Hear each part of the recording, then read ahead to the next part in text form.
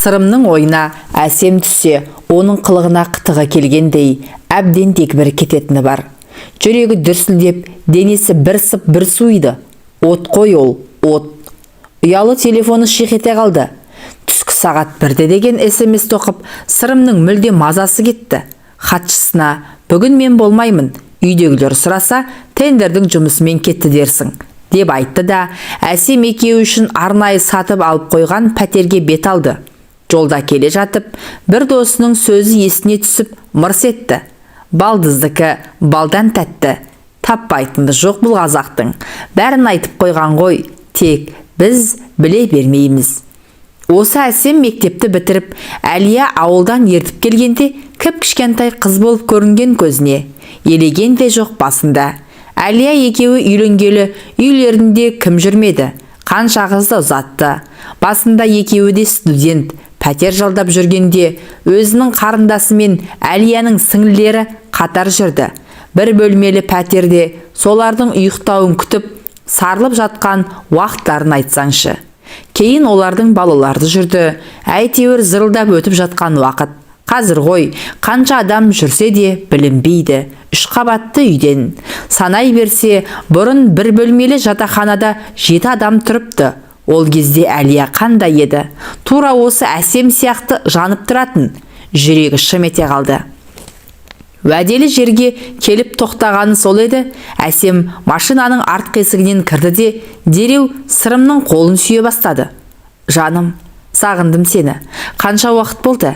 Әпкем жаныңнан шықпай қойды ғой, деді Әсем Сырымның қолын ұстап тұрып. Қойшы осындайыңды. Бір кездескенімізде көңіл күйді бұзбай.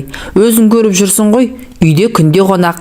Әлияны емес, қонақты тастап кетіп қалғаным ұят қой, деді Сырым Әсемнің қолын қысып. Иә, енеңмен қайнатаң келіп шыға алмай қалдың ғой. Менің енем мен атам болса, сенің атаң мен әжең. Қой, осы жерде тағы да ұрысып қаламыз. Жүрші, пәтерге барайық. Бүгін түнге дейін уақытымыз бар. Әпкең ағаңның үйіне қонаққа кетті, деді Сырым. Атам мен әжем ағамның үйінде ме? Олар қашан келеміз деп кетті, деп Сырымға сұраулы жүзбен қарады. Білмеймін, олының үйінде 1-2 күн жататын шығар. Өздерінің махаббат ұясы деп атайтын арнайы сатып алған пәтеріне қол ұстасып кірді. Қашан көшеде сенімен емін еркін, жан жағыма жалтақтамай құшақтап жүреді екенмін, деді Әсем подъезге кіргесін басын Сырымның иығына қойып. Сырым үндеген жоқ. Не дейді? Өзі де білмейді. Махаббат ұясы деп Әсемге арнайы сатып әперген пәтердің кілті екеуінде де бар. Әсем бұл үйді өзінің талғамымен жасаулап қойған. Сырым мен Әсем 2 жылдан бері түскі астарын осы жерде ішіп жеп, сағыныштарын басып кетеді. 3-4 күн бойы үйде көздермен ғана аймаласып, ойша ғана бірін-бірі сүйіп құшып жүрген ғашықтар есіктен кіре сала жабыса кетеді. 20-ға енді толған қыздың денесі қандай, талшыбықтай майысып, ермесіңе қоймайды. Сырым жас қыздың махаббатына мас болып үнсіз жатты. Әсемнің өзін ерекше сүйетініне көзі әлде қашан жеткен. Ас үйде әндетіп шай қойып жүрген Әсемге сүйсініп қарап жатып ойға шомды. Балдызы екеуінің қарым-қатынасы туралы ойлай бастап еді, жүрегі құрғыр тағы шым ете қалды. Күннен күнге Әлия екеуінің арасы суып барады. Үйде жүрген кезде Әлияны еркелетіп, ең болмағанда қолынан ұстайын десе, қастарында жүрген Әсемнен батпайды. Өз үйінде өзі ұрлық жасап жүргендей, қатынына жолаудан қалды. Әлия екеуінің анда-санда шүйіркелесіп отырғанын көрсе бітті, Әсемнің мазасы кетеді. Түскі кездесу ұрыс-керіс, жылау-сықтаумен аяқталады. Әлияға сіңліңді бөлек шығар десе, кіп-кішкентай қызды жалғыз қайда шығарамын? 3 қабатты үйден бір бұрышыңды қимайсың ба деп, ертең ағам сөйлемей ме деп, ол әңгімені тоқтатып тастады. Қайнағасы келген сайын, Құдай бізге сендей күйеу баланы бергеніне рахмет.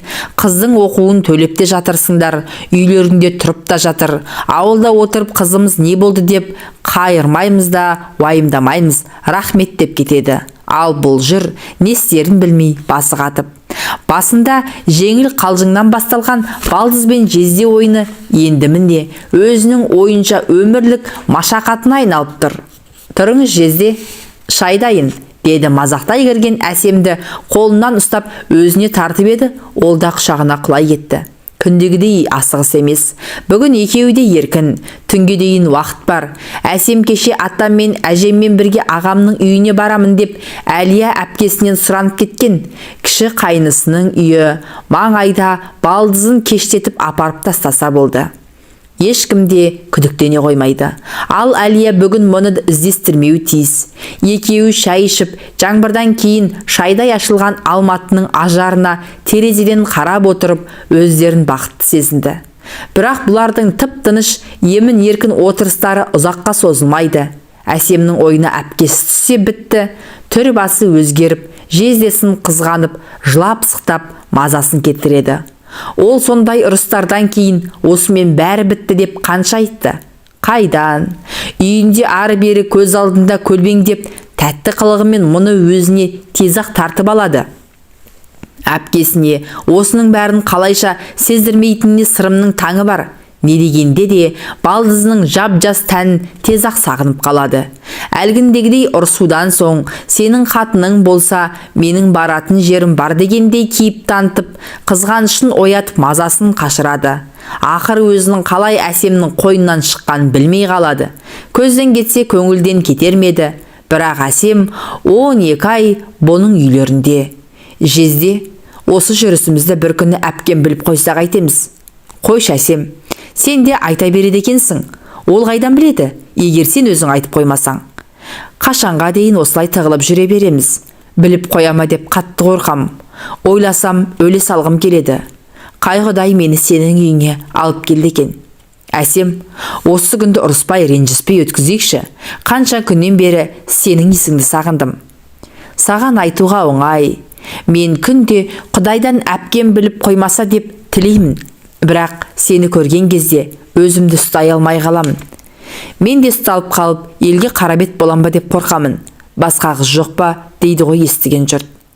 Құшағындағы қызды құшақтап жатқан сырым негізі өзіңнің ешкімнен қорықпайтынын, тек балаларының көңіліне қаяу түсіргісі келмейтінін ойлап жатты. Қасындағы кәсіпкер досы Ерлан да тоқал алып алған. Бірақ бақыттан бас айналып жүргенін көрген жоқ. Бәйбішесі Ерланмен мүлдем сөйлеспейді. Балалары әкесінен көңілдері қалып, бізді бір қатынға бола тастап кетті деп өкпелеп жүр. Тек ақша керек болғасын ғана бәйбіше де, бала да кетпей отыр. Ал тоқалынан бала туып, бәйбішемен басқосудан басқа тірлігі жоқ. Анда-санда кездесіп сөйлесе қалсаң, біздің баламыз екінші сорт. Бірінші орында бәйбішенің балалары. Бұл кісінің ойында солар ғана деп зарлайды да отырады. Бүгінде Ерлан өліп өшіп алған тоқалынан безіп отыр. Қазір екі қатынға да қарамай, кездесе кеткен қызбен сыртта көңіл көтеріп жүр. Ана жолы бұл, әсемді алам ба не істеймін деп Ерланға ақыл қос деген кезде Ерлан: Сіреке, менің ақылымды тыңдасаң, бір қатынмен ғана өмір сүруге екен. Сонда адамның көңілі орында, өмір тыныш өтеді екен. Жүрме демеймін, жүр. Бірақ тоқал алып, онымен бақытты болып кетем деп ойлама.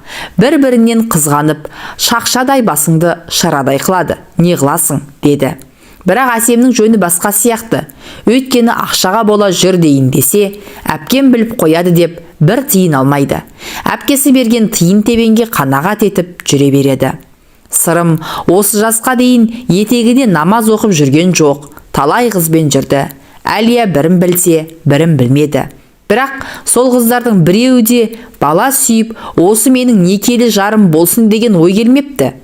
Әлия ауылына тойға кеткенде, сырым жұмыстан шыға алмай үйде қалып, әсемнің қойнына кірген күннен бері тоқал алсам деген ой басынан шыққан емес. Сол күні әлі көз алдында. Ол кезде әсем 18 жасар, аузынан ана сүті кетпеген, кіп-кішкентай қыз болатын. Бұл Әлия жоқ болған соң үйге түнделетіп асықпай келді. Машинасынан шығып, қақпаны ашайын деп түскелі жатқанда, қақпаны әсем ашып, бұл машинасымен кірді.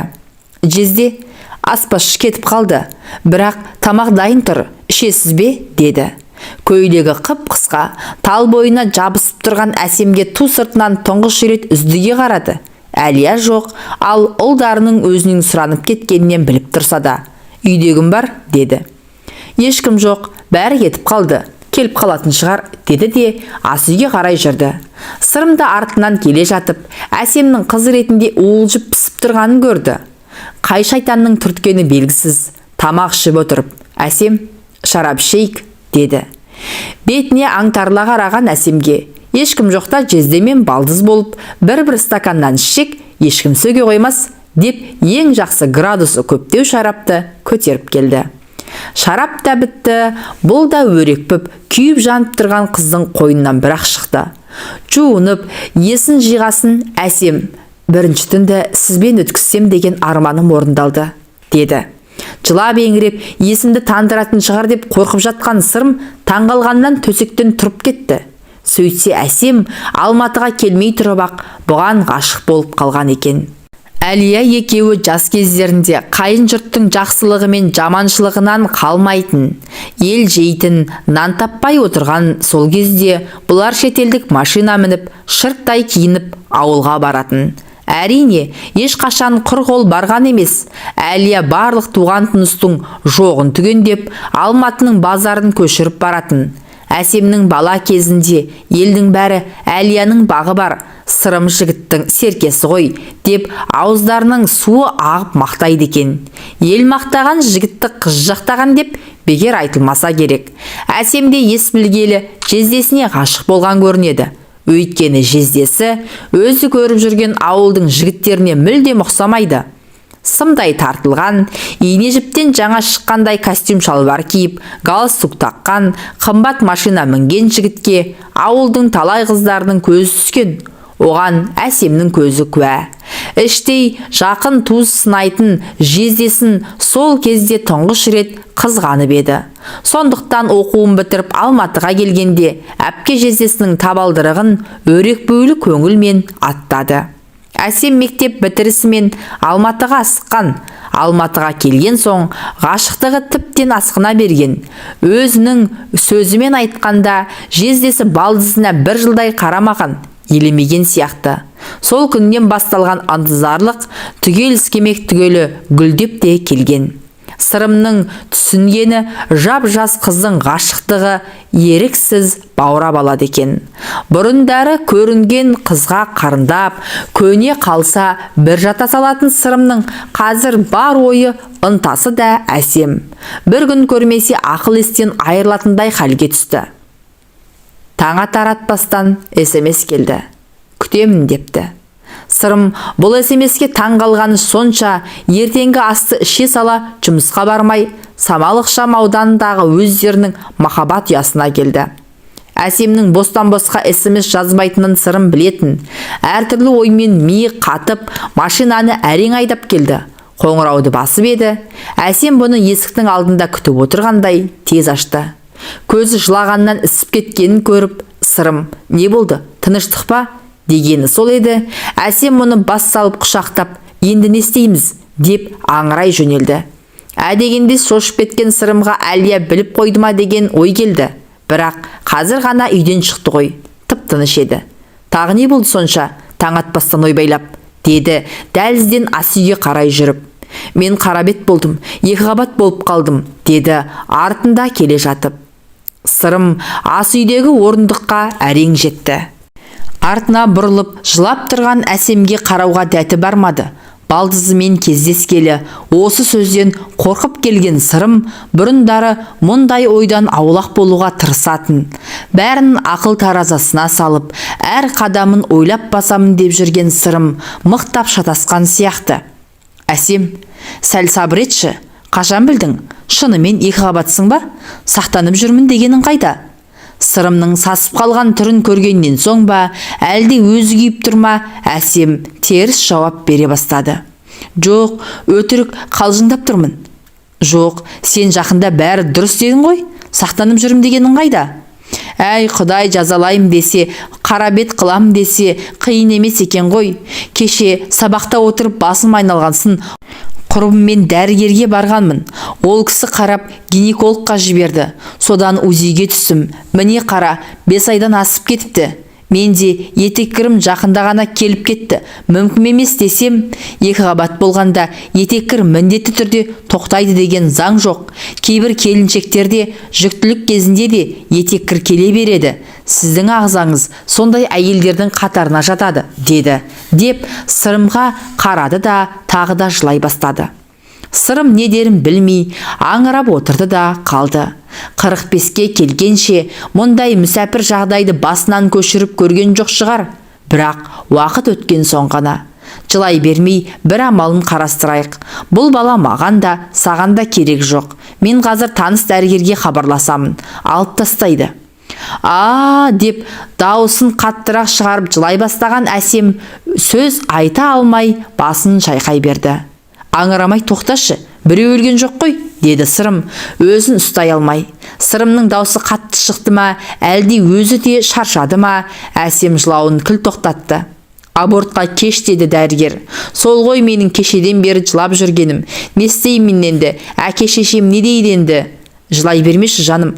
Сен маған сенесің ғой. Мен өзім бәрін шешемін. Құдай бұл баланы бізге беріп отырса, онда амал жоқ, туасың. Қалай сонда? Әли әпкемді қайтеміз? Бір мәнісі болар. 2-3 күнде бір шешімге келермін. Сен оған дейін осы үйде жат. Әпкеңе бірдеңе дей сал, деді де өзі де отыра алмай жұмысқа кеттім деп шығып кетті. Басқа қызға осылай ғашық болса, ешқандай ойланбастан Әлияны тастап кете беретін еді. Ал ол екеуі бір үйдің қыздары болып тұр ғой.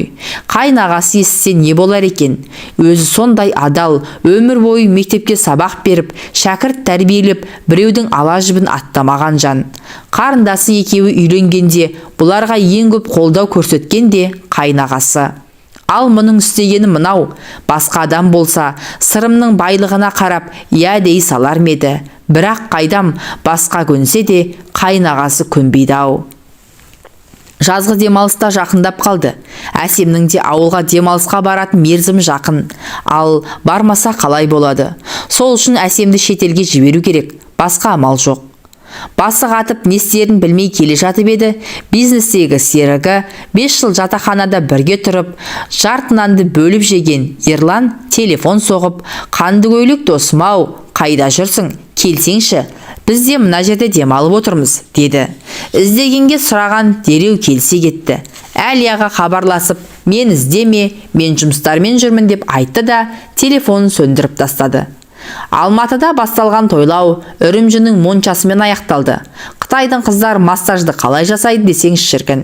2 күн Қытай елінде жатып, мүлдем ұялы телефонын қоспаған Сырымға келесі бөлмеде жатқан досы Ерлан келіп, тез Алматыға қайту керек, деді де ұшақты дайындата бастады. Не болды? Деген Сырымға досы келте жауап қайтарды. Барғасын айтамын. Дегесін Сырым ұшақта отырып, алып, отбасының жағдайын ойлай бастады. Әсемді Испаниядағы үйге жіберемін, ақыры ол бос тұр, оқуын шетелде жалғастырып жатыр деймін деген оймен емін-еркін отыра бергенде Ерлан: Нұреке, жағдай қиын болып тұр. Жаңа көмекшім хабарласты. Әсем өзін-өзі өлтірмекші болыпты, деді. Не дейсің? Қорқпа, кірі.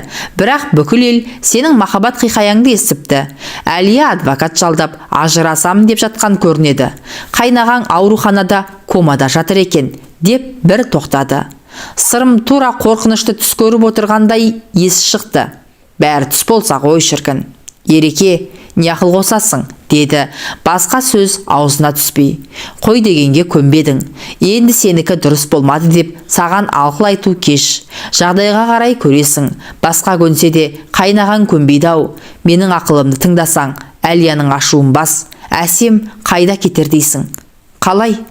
Өз сұрағына өз жауап бере алмай отырғанда досы қалай жауап берсін? Ұшақтың терезесінен жерге қарады. Балаларым не деп жатыр екен? Ұшақ Алматының әуежайына келіп тоқтаған соң Ерлан: Сіреке, ер жігіттің басына не кетпейді. Қатын жолда, бала белде, осыны ұмытпа. Керек болып жатсам хабарласарсың, деп қош айтысып көлігіне мініп кетті. Сырым қайда барарын білмей, машинасында біраз ойланды. Үйге барсам, Әлия не дер екен? Құтырған қақпас, менің сіңілімнен басқа қыз таппадың ба дейді ғой. Ал Әсемге барсам не дер екен? ары-бері ойланып үйіне баруды жөн көрді. Не де болса да басын шешіп алған дұрыс қой. Ұшақта ұшып келе жатқан сияқты. Жер картадағыдай телім-телімге бөлініп көрініп тұр. Көзін қайта жұмды. Ұшаққа ұқсамайды, тым-тырыс. Жайлап көзін қайта ашты. Төменге жерге емес, аспанға, үйдің төбесіне қарап жатыр екен. Жердің картасы сияқты көрінген аурухананың төбесі болып шықты. Дауыстап біреуді шақырайын деп еді, деген дыбыстан басқа ештеңе шығара алмады. Аяқ қолын қозғап көрейін деп еді, мүлдем сезбеді. Дауысын естіді ме, әлде өздері тексеруге кірді ме, бірнеше дәрігер палатаға кірді. Сіреке, бізде естіп тұрсыз ба? Деді көз таныс дәрігер төсегіне жақын келіп. Туыстарын шақырдыңдар ма? Тепсе темір үзетін жігітке обал болды.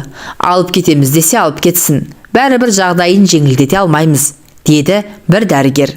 Өзара бір-біріне медицина тілімен сөйлесіп, бастарын шайқап шығып кетті.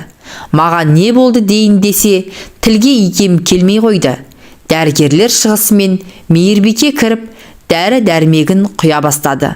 Сырым Мейірбикеден мен қайдамын деп сұрайын деп еді, деген дыбыстан басқа ештеңе шықпады. Мейірбике түсінді ғой деймін.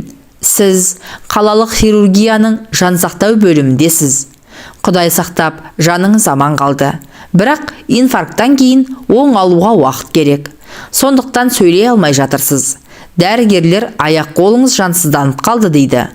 Қарындасыңызға хабарластым, келіп қалар, деді де ем-домын жасап шығып кетті. Бәрі ойына түсті.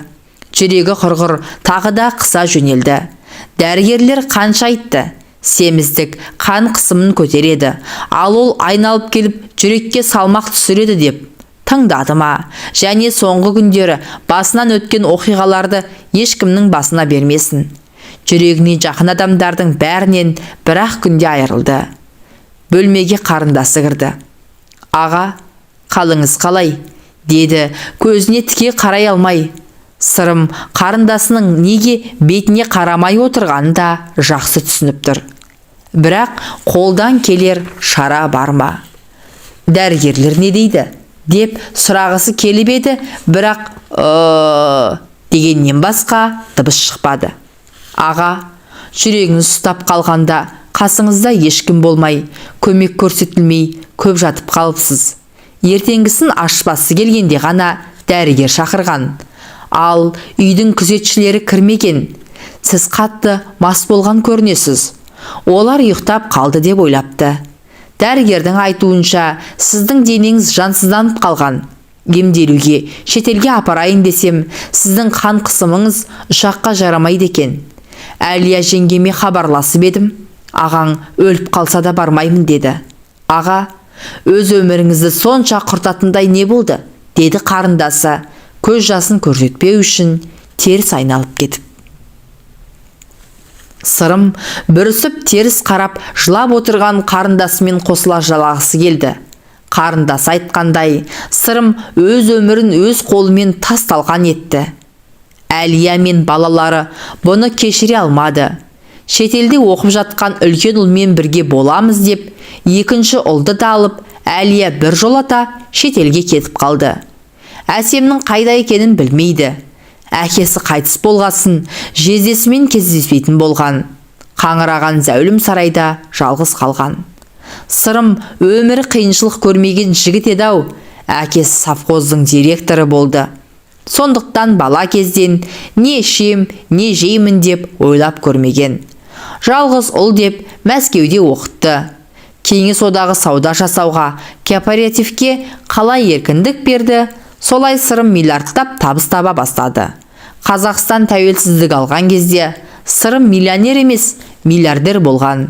Содан бері тасы өрге домалаған жігіт, міне, ешкімге керегі болмай, ыңылдап, төсекте таңылып жатыр. Әсілі қазақ балдыздікі балдай, балдыз балдан тәтті деген сөздерді жиі айтады. Ойнас оттан да ыстық, ойнастығы керемет. Махаббат ойнастан құралған. Бірақ мұның бәрі өзіңнің әйелің, өзіңнің отбасың, ошақ-қасың, бала-шағаларыңа жетпейді екен. Шынында сырым кімді сүйді? Әсемді ме, Әлияны ме? Әлбетте, Әлияны сүйді. Ал Әсемдікі жай көз бояушылық, тыйым салынған жеміс тәтті көрінеді, деді. Жанар Әбдішева, Мың бояулы дүние.